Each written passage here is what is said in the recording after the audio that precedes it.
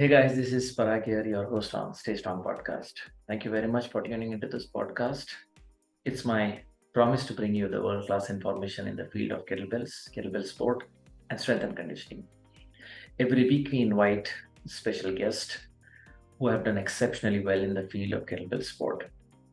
Today, we have a guest from Canada. Her name is Corissa. Corissa is into kettlebells for 9 years, and she is a professional kettlebell lifter and represent her country to various competitions worldwide. We are going to deep dive inside her mind and understand how does she train, what is the nutrition does she take, how does she manage her time to incorporate 6 days of training program, and how does she come out beautifully with great results in the competitions. Guys, please help me welcome Corissa from Canada. Hey guys, please don't forget to subscribe to this channel, share this video because this is a valuable information which is helping develop kettlebell sport in India. I really look forward for your comments, your views. If you want me to make this podcast interesting, please leave a comment. Thank you. Hello, friends. Welcome back to Stay Strong podcast. We have Corissa from Canada today. I'm very excited today because we are really going to deep dive into the real kettlebell sport because she's a professional lifter. Over to you, Corissa. Please introduce yourself, your background, and your professional and your fitness background. Okay, so my name's Corissa Sivorot. I'm from Victoria, BC, Canada. I started out in the fitness industry in 2009 as a personal trainer and a group fitness instructor. And then I got introduced to kettlebells through a gal that I was working for, that I was doing boot camps for. And the first time I did a kettlebell workout, I was so sore and I thought I was strong and I thought I was fit, and it kind of sold me. And then after that, I pursued my certification through Agatsu. And so I started with hard style kettlebell, and I had no idea that kettlebell sport even really existed. And then I found out a few years later about kettlebell sport from someone who had been coaching in Victoria. There was only one other kettlebell coach, and so I studied under him. Okay. And his name was James Beckerly. And so he was fairly new into kettlebell sport as well, but he had been doing kettlebells as a fitness tool for a long time. And so he told me about kettlebell sport and that it was a thing, and that they actually did Canadian nationals fairly close by. So I started training for my first kettlebell sport event in 2014. Again, didn't really know what I was doing. Didn't really know any other athletes. Like, I didn't know anybody to follow or who anybody was. And just showed up to the first competition and was in awe of the participants there because, it was, women, it was all single arm then for women, but doubles for men. Women lifting with the 24, the green kettlebell, men lifting double reds. There was one guy there that lifted all 3 lifts in one day. So he did the 32K jerk, snatch, and then long cycle. And so anyways, I was sold and hooked from then on. Okay. So that was way back in 2014. Yes. So if we come to history of kettlebell sport in Canada, how did it really started? If you can just give a highlight on it, if you have a fair idea about it. I'm not really the one to have all of the information on the kettlebell sport in Canada. I think it was around 2011 is when it started to become popular in Canada. Yeah. Okay, so if you see in the US, in the late 90s, it got started with Valery Fedorenko, if you must have heard his name. He kind of introduced kettlebell sport to America, and then America, of course, I mean, you are into the north part, so it's your neighbors. So I'm not sure when it really started in Canada, but probably you must have a fair idea of when it started. So you say 2011. I think somewhere around there. Yeah. Okay. Now it's 11 years. How is now Canada in kettlebell sport? We actually have quite a few competitions running now. Like when I first, in 2014, I couldn't really find many competitions. There was one in Vancouver and then one on the island. And now there are 3 clubs on the island. Okay. So, and then there are several clubs in BC. So I'm in the province of BC.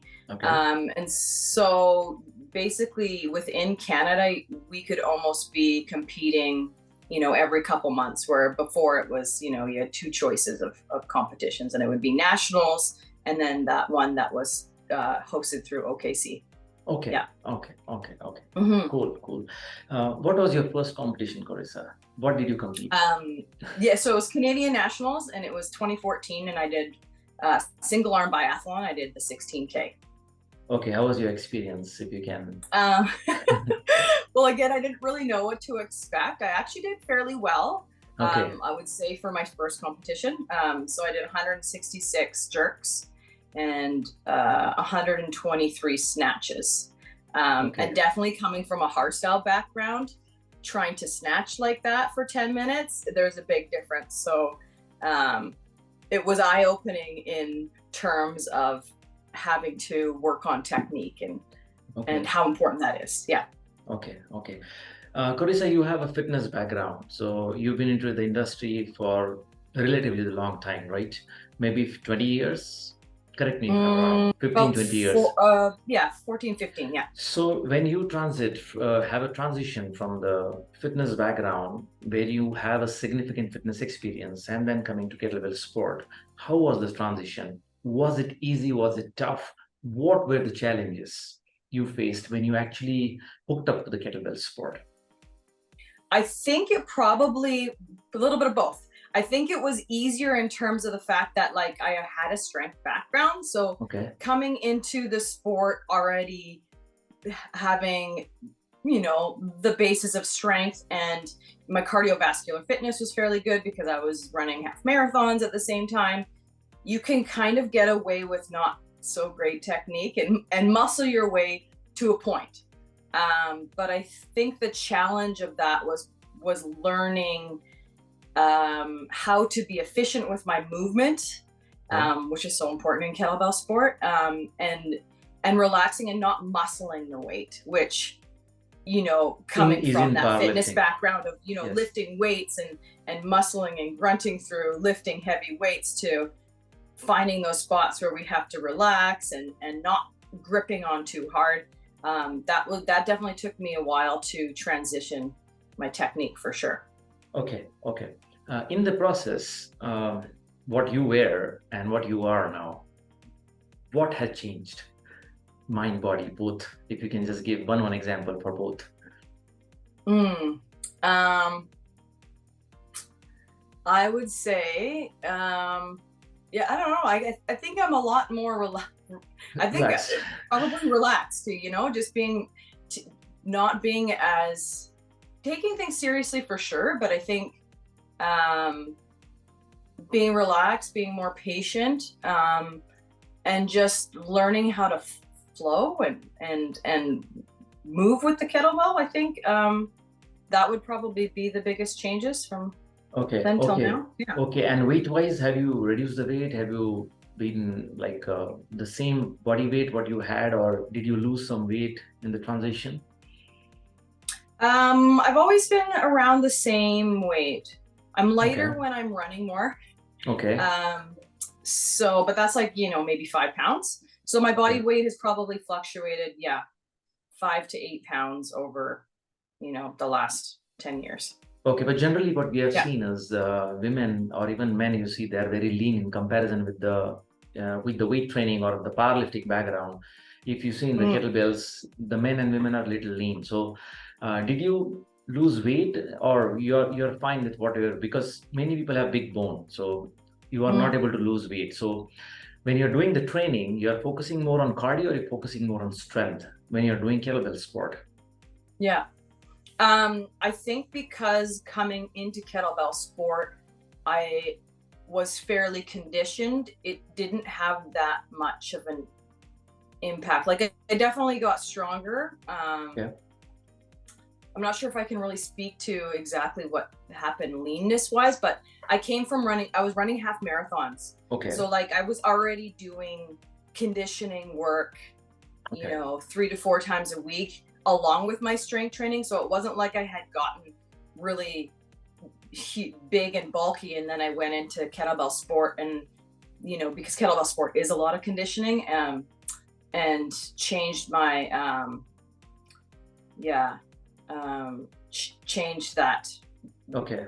Okay. body weight Okay. from that. So yeah, Okay. I'm not sure. Okay. Okay. Okay.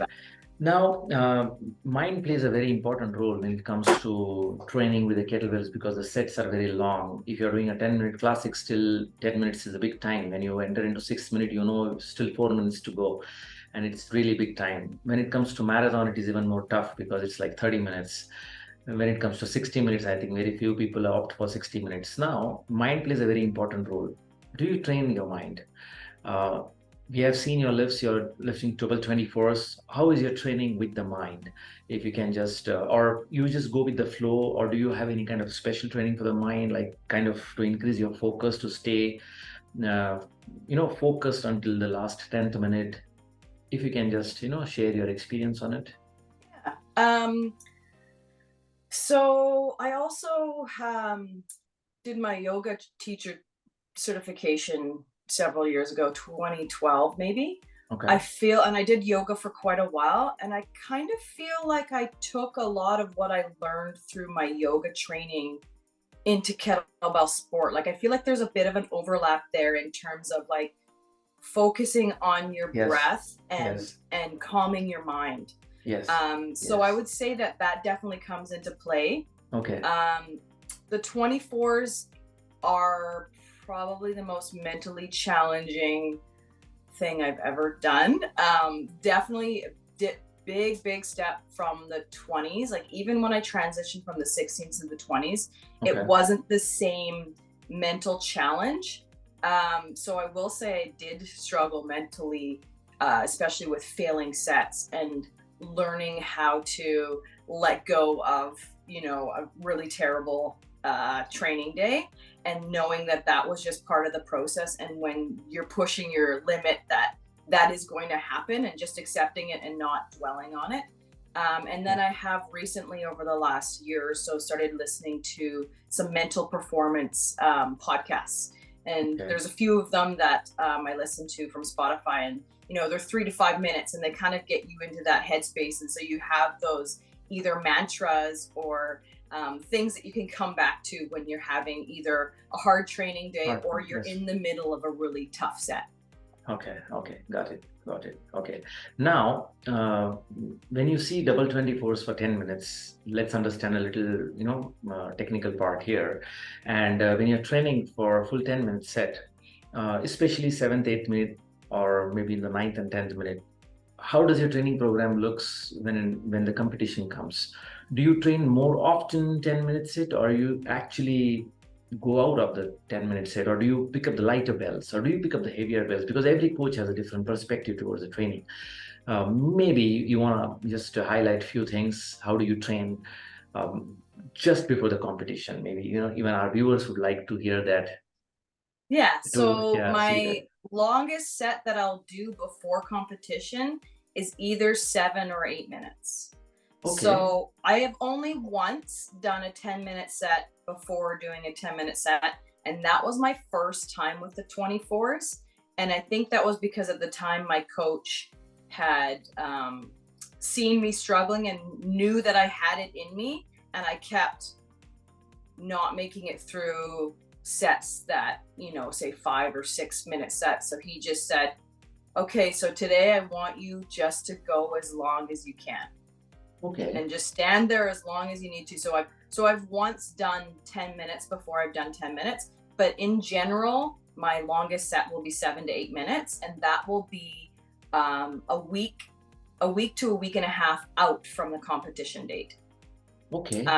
So like I'll be building up volume that will take me past working with the bells for 10 minutes. So let's just like a general, say 1 on 1 off for 12 sets. Okay. So taking me past working with the actual weight for 10 minutes, but it's still with rest intervals.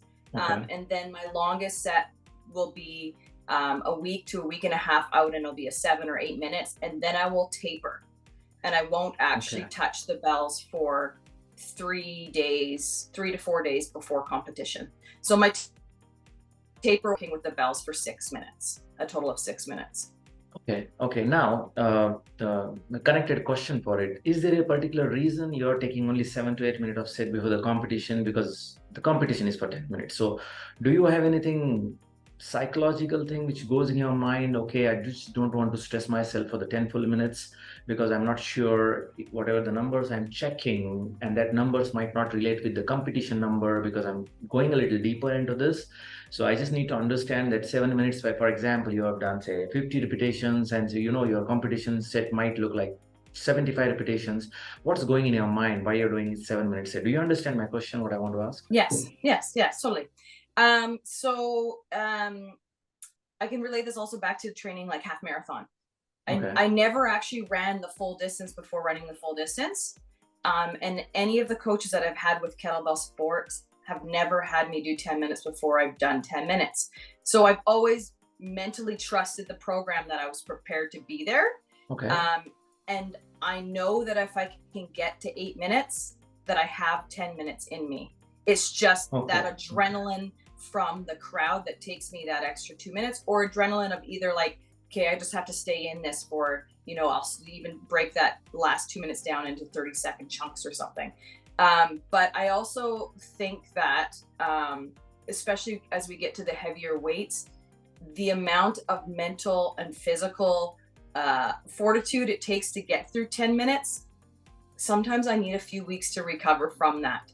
So I don't want to push my system to my max and then have to go and do that again in a week or a week and a half, because sometimes mentally it's just I just don't have the power to push through it. Okay. So do you complete 10 minutes set 2 weeks before? 3 weeks before? No. 4 weeks Never. before? Never. Really? But I'll do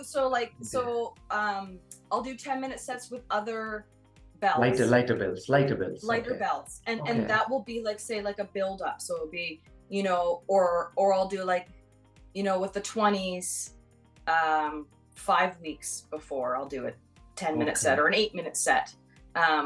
Or with the 22s, an 8 or 7-minute set. And then, I'm building on those. I think it's important to do 10-minute sets fairly regularly, for 4 to 6 weeks, but with competition weight, I think it takes too much out of you. Yeah, that's for sure. Yeah. Especially the recovery is a little long, for sure. Okay, that's I'm hearing this for the first time, because many, I've been doing podcasts now for like few years. Many people do the 10 full minute set at least 2 weeks before, then they just do interval training kind of. But this is a very good approach. I think even I should personally try this. Yes, thank you. That's a very good insight. I trained with Dennis Vasilev for a year, and he never had me do 10 minutes before 10 minutes. But he had me building up, like he started me at 8 kilograms and then 10 kilograms. And then, so I was going up slowly. And so it'd be like, I would always be doing 10-minute sets with those weights leading up to. So the very first time I did a 10-minute set with the 16s, my longest set was 6 minutes with the 16s. Okay. And so from that, I trusted that the training program took me to be mentally and physically fit enough to do 10 minutes on the day. Okay. Because some of those training intervals, like I find, the 3 minutes times 3, where you're pushing your pace past your competition pace. Say you're doing like 2 to 4 repetitions past your competition pace, but you have to hold that for 3-minute sets. Those emulate the last bit of the hardest part of a 10-minute set. It's so hard to stay in that set and keep those reps and RPMs high that it feels the same way on your body and mind as the hardest parts of your 10-minute set. Got it. Wow. Yeah, it's a really great approach. And many coaches, because based on their experience, they will have their own theories. So yeah, the viewers will definitely like the suggestions.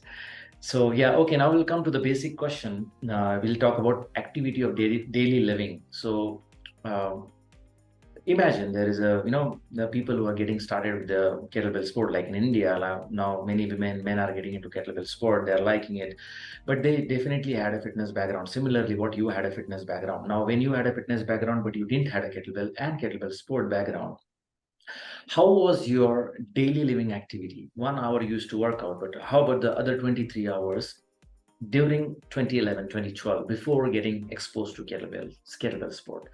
Now, my question is, now getting exposed to kettlebell sport, now you're older, but you're getting to exposed to kettlebell sport. How is your activity of daily living? Has it gone better?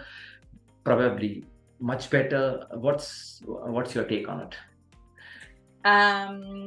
So as a fitness trainer, I'm always moving. Active, yeah. Because I'm working with my clients. So I'll be demoing stuff. I'll be doing mobility with people. And that has been kind of consistent throughout. Mm-hmm. But I will say probably the biggest changes as I get older is I'm finding I have to be way more focused on a proper warm-up and a long warm-up, and my mobility work, because I found then it was almost like, yeah, I'd be doing some of it and I'd be teaching yoga or like working with clients and stuff. But I have noticed that if I don't focus on it individually for myself now, that it's not just there. I can't take it for granted like I used to, say in 2011, 2012. And my body just takes longer to warm up. Okay. But kettlebell sport has gotten your life easier now, Corissa? Has it gotten my life easier? Easier, general. Yeah. See, it's physical, mental, and there are a lot of attributes. Oh, okay. For sure. Yeah. Okay. Sorry, I think I misunderstood the question. Yeah, it did. Definitely. Okay. Two challenges I want to understand which you face while doing kettlebell training, where you would need assistance. Every person is different. Probably some people get out of the breath. What challenges do you have when you are actually doing kettlebell training? One or two challenges you have had, probably maybe issues with the lockout, maybe your triceps are weak. I don't know. Maybe you can just tell. And how do you deal with it? So how do I deal with it? So probably my biggest challenge would be coming back to the 24s.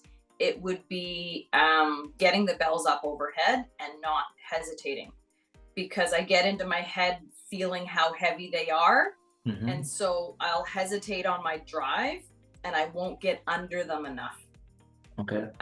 So I don't use enough power to drive them up overhead, and then my dip gets really small because I'm scared that I'm not going to catch them. So I do almost the opposite of what I should do. So I find that if I get stuck in that, I'll just go back to lighter, 20s or 22s.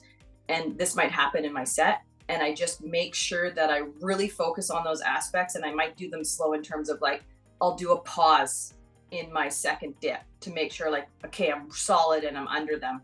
Or I'll do bumps and practice like driving the kettlebells up overhead, so that I know that I'm confident that I can use that power from my legs to get them overhead. Okay. So do you incorporate strength training in the program? So maybe you can just highlight about how your entire week's program look like. For example, you're doing kettlebells on Monday, and you add strength training on the same day, or probably do the strength training on the other days. How does the entire week program look like? Do you have a lot of cardio, or do you have a lot of strength training like deadlift, squats, good mornings, bench presses, and something sort of like that? How does your program look like?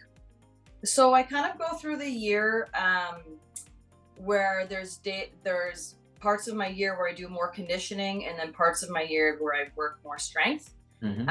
So like in general, so when I was doing my best results, my program would look like, Monday would be a biathlon day. Tuesday would be a run and glove snatch day.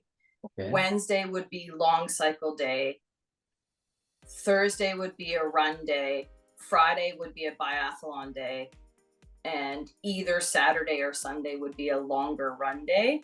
And then my GPP in terms of doing other strength would happen on one of those kettlebell days. So not on the glove snatch day, but it would be either on the biathlon or the long cycle day. And I would be doing just general full body squats, deadlifts, pull-ups, push-ups type thing. So you do and two then times. in like Sorry. kind of, yeah. And then like in the winter, I would pull back my cardio day and put an extra strength day in there.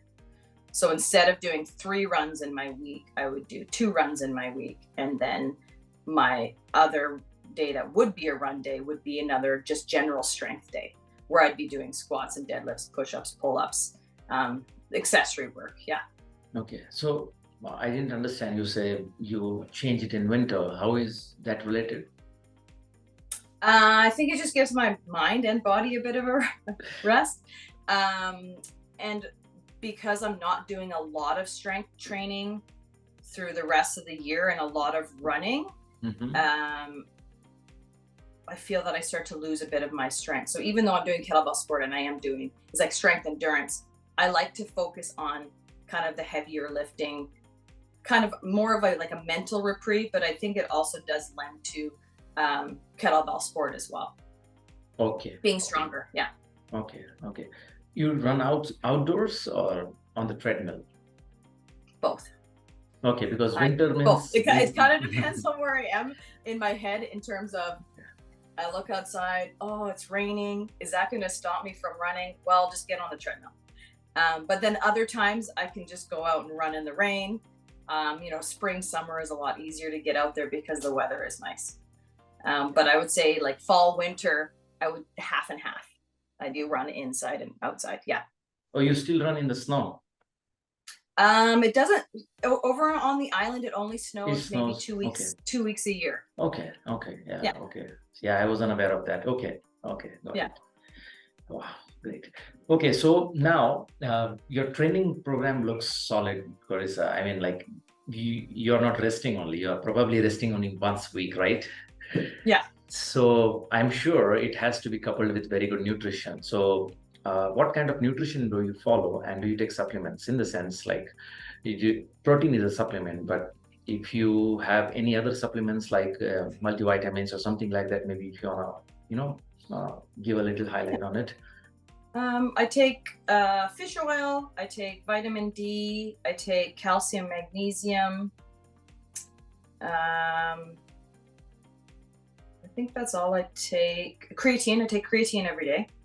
Okay. And then I do, one serving of protein powder every day as well.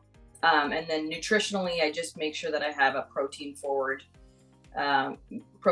meal. So protein with every meal, plus that extra serving of protein in my protein shake. Okay, so you have 3 meals or 4 meals a day? It kind of depends on how big the meals are. Sometimes I'll split my lunch into 2. Okay. And it will be 4 meals. I have a bigger breakfast and a bigger dinner. That's just the way my schedule works. That I can eat more then. And then midday, when I've got back-to-back clients, I might split my lunch into half because I don't have time to sit and eat for long enough. Yeah, and then I supplement that with a protein shake.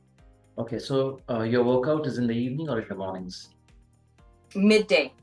Oh, noons. Yeah. So my clientele, my client base is, usually say 6:30 a.m. to 1, and then I'll work out 1:30 to 3, and then I'll have clients coming in 3:30 or till 5 or 7, depending on what. Yeah.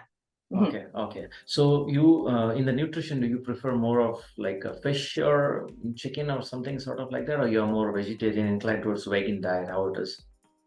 I do mostly chicken. Okay. Just because it's easy, but I do enjoy all types of protein. Yeah, okay. I don't. Yeah. All types of animals. all types of animals. Yeah. Well, I mean, I like lentils and beans and stuff as well. Okay. But yeah, I would say that I do eat mainly meat as a protein source. Yeah. Okay. Okay. Yeah. Got it. Got it. Okay. Over the years of 28 years, 9 years, you've been lifting kettlebells? 10, 9 years. 10, 9 years. Did you have any negative experience about kettlebell training, injuries, or probably anything else you want to share? Anything So within my first year, I had a little bit of bicep tendonitis, and that was because I jumped up in weight too quick. And that was because I was kind of training myself. And like I said, I had met that other coach and I had done a couple sessions with him. And I didn't quite understand how, I wasn't really following anybody, how kettlebell sport progression went. And I thought, oh, well, I've hit rank 1 with the 16. I'm ready to go to the 20. But really that rank 1 came with 123 snatches with the 16. So my body wasn't ready to do the 20 for snatch. And my technique wasn't there. And so it wasn't terrible. Like I caught it fast. And I went to the physio, and then I realized that was kind of one of those things of, oh, okay, maybe I've jumped up the weight too quick. My tendons and ligaments weren't ready for that. So that happened within my first year of kettlebell sport. And then this year I have, just before Worlds in Hungary, a little bit of tendinopathy in my shoulder. My physio thinks it's either my supraspinatus or again, my bicep tendon. And I believe that was because I didn't deload off the 24s for long enough. But it could have just been something building up and then it was just ready to go, or there could be a variety of things. But our nationals was in April and then Worlds was in June. So you qualify with your competition weight, and then I continued to train with my competition weight for June. And then I think my body was saying, okay, you needed to kind of pull back a little bit.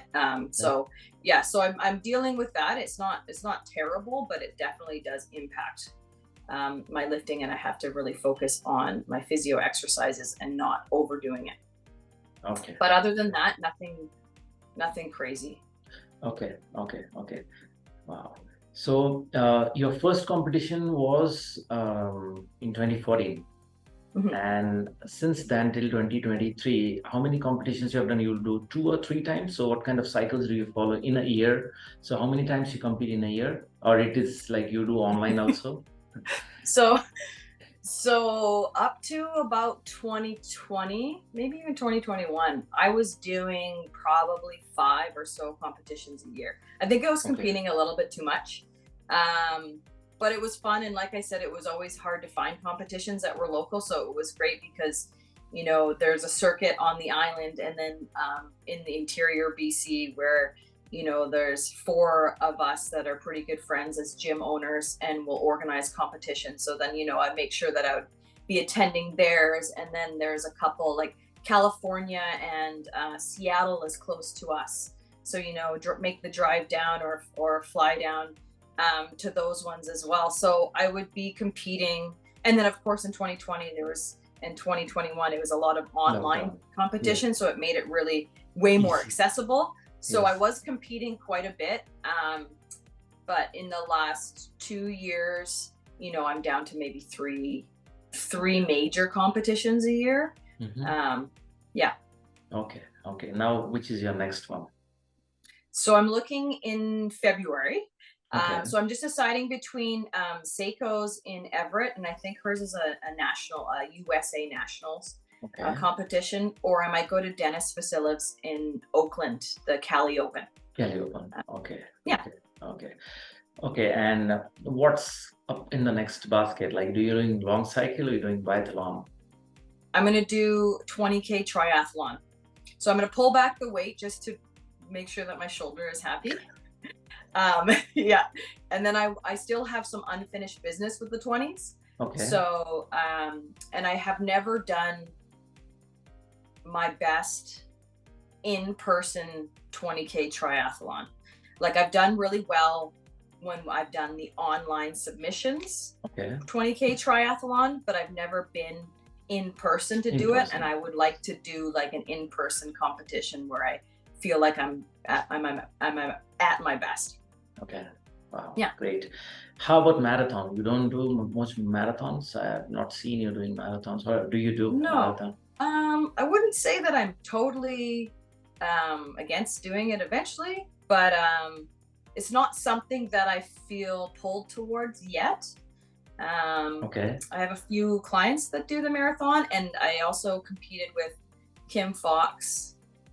Was it last year or the year before? I think it was last year. We did an online WKSF team event where 1 month was a 5-minute event, the next month was a 10-minute event, and then the last month was a 30-minute event. And I'll say that 30-minute set was one of the most mentally challenging sets I've ever done. It was one of those times where I looked at the clock and thought, oh, I still have 18 more minutes of this.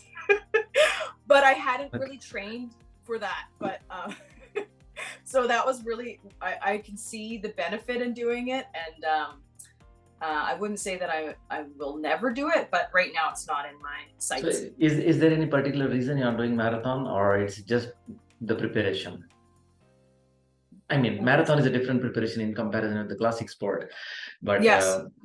Do you have any apprehension about marathon? Like why you're not getting into marathon? Because now many athletes are doing marathon, 30-minute event, and especially when you say that you have such a huge background of triathlon, running, and you run. I think marathon can be a good pick for you, but I'm not sure what is stopping you. So maybe if you want to share.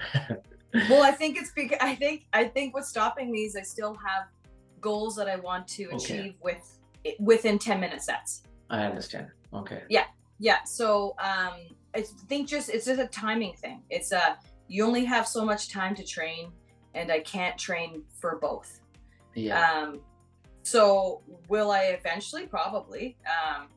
But the amount of time it takes for me to train for triathlon, I don't have time to also throw in marathon training. Extra time. Yeah, I understand.